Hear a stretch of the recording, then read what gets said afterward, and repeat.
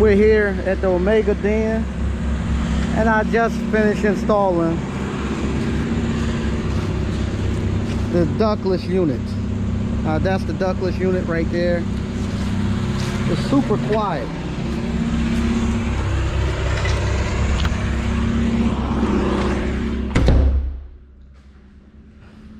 There you go. It's actually running right now. It's in auto mode, so it has a couple different fan speeds depending on what operation is doing. It actually running that fan speed, but yeah, it's super quiet.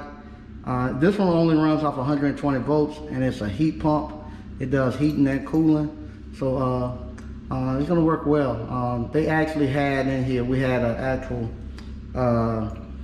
window unit in here, and it just done air conditioning, and we had a little gas heater that actually heated the place.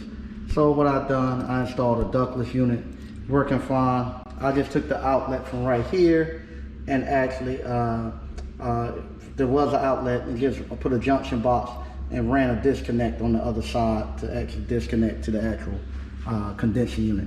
You only have to run power to the condensing unit, then the condensing unit runs power up here to the actual head unit here. This actual head unit has a remote control that turns the condensing unit on and off. It has this signal line that turns it on and off. So it's just 3 wires that go from here to the condensing unit. Pretty simple machine. It works well. It's actually heating up and cooling this place. I can actually feel it. If I turn the fan on high, I can actually feel it blowing across everywhere. So it's going really good. Stick around and I'll show you kind of a couple of things you need to look at when you actually installing one of these units. All right, talk to you later.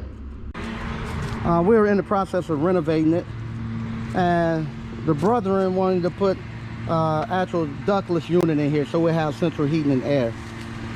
So what I've done, I've came out here and I've actually put nitrogen right here in the tank. Now if you're going to work with these right here, they come pre-charged, so you don't have to charge them up. But this right here is a different connector than we have on our regular units. That's one that go on like a car unit or something. So make sure you have the actual hose that actually connect on there. It's a different type hose, but this condensing unit is a heat pump, but it's already pre-charged.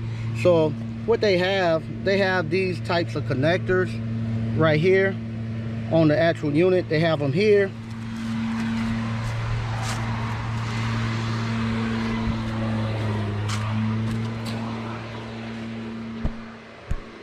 Also, they have them right behind here. So if I pull this down, we have the same connector to go here. So you don't have to do any brazing. And you can get this one. This one right here works off 120 volts. So right here, we had an actual outlet right here. So I just came here, put a junction box, and drilled through the outside and put an actual wire to feed from here to the outside to get the 120 volts. So run off 120, and you only have to have 120 at the condensing unit.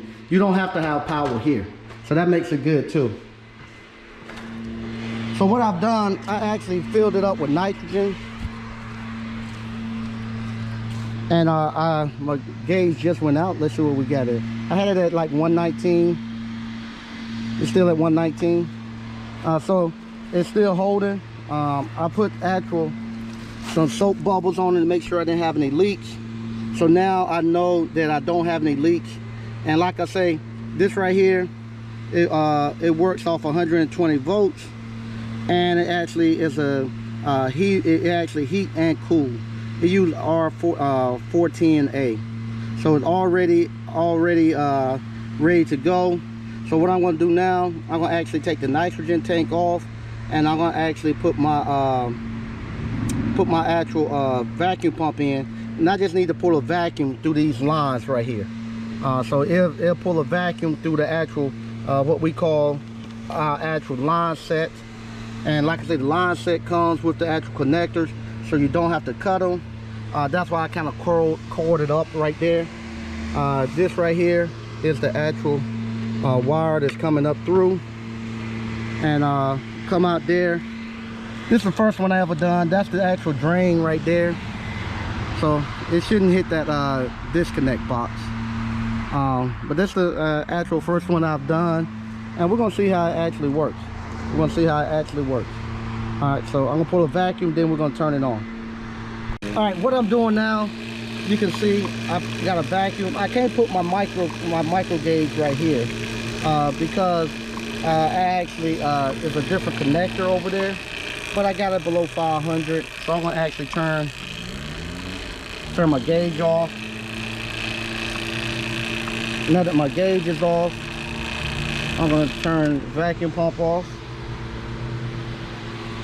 and that's still holding.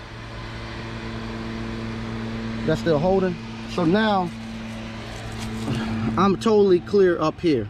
So what I'm gonna do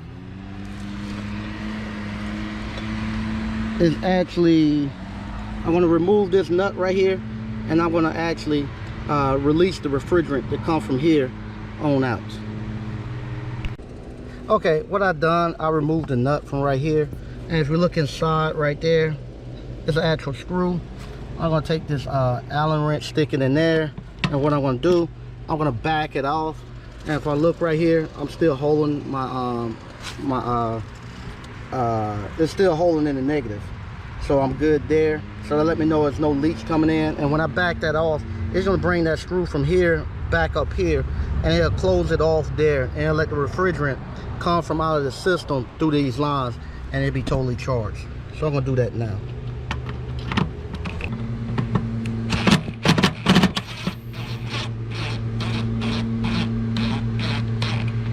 There you go, it's backed all the way out.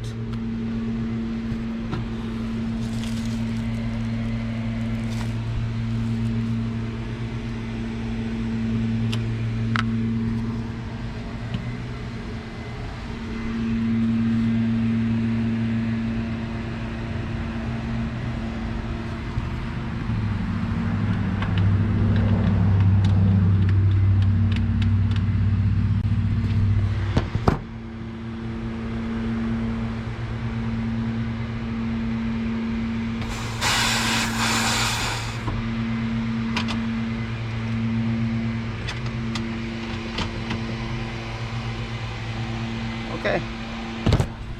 All right, got everything